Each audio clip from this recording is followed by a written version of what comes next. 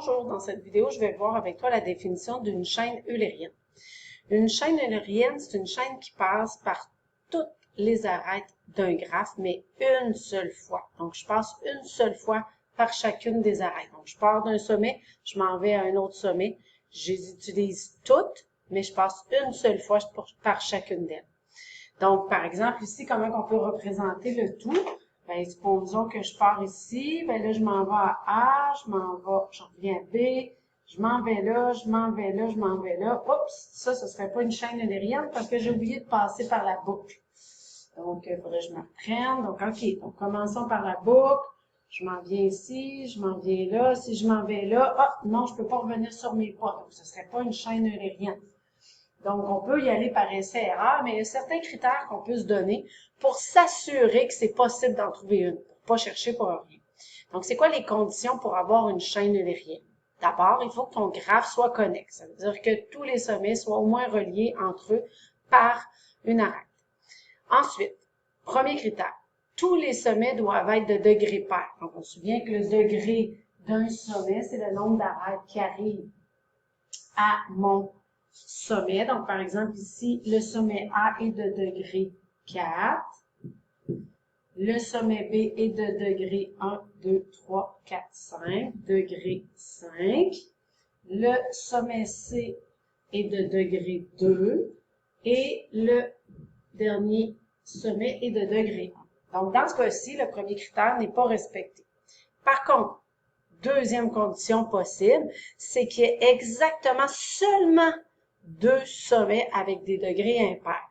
Donc, de cette façon-là, lorsque j'ai deux sommets de degrés impairs, comme dans notre situation ici, on part d'un des sommets impairs et on doit s'arranger pour terminer à l'autre sommet impair. Donc là, on sait qu'on peut en trouver au moins une chaîne eulérienne qui part d'un sommet impair et qui se termine à l'autre.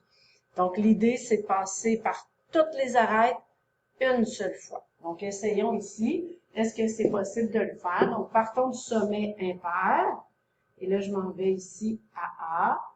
Je repars. Je m'en vais à B. Je reviens à A. Donc, j'ai le droit de revenir à mon sommet A. Il ne faut pas que je repasse par le chemin que j'ai déjà passé. Je reviens et j'effectue ma boucle.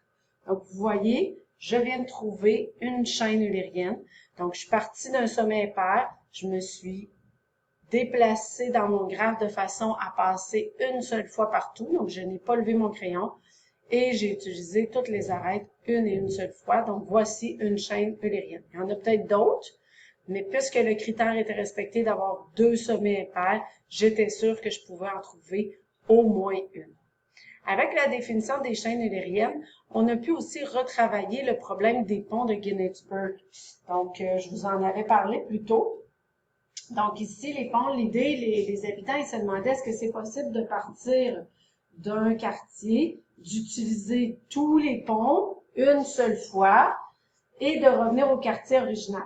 Donc, ici, ou de toutes les utiliser une seule fois. Donc, si j'observe le graphe représentant la ville, donc ici, chacun des sommets représente les quartiers et chacune des arêtes représente les ponts. Donc, si on essaie de vérifier le critère, donc, par exemple, le sommet ici, quel est son degré? 1, 2, 3, 4, 5, donc de degré 5.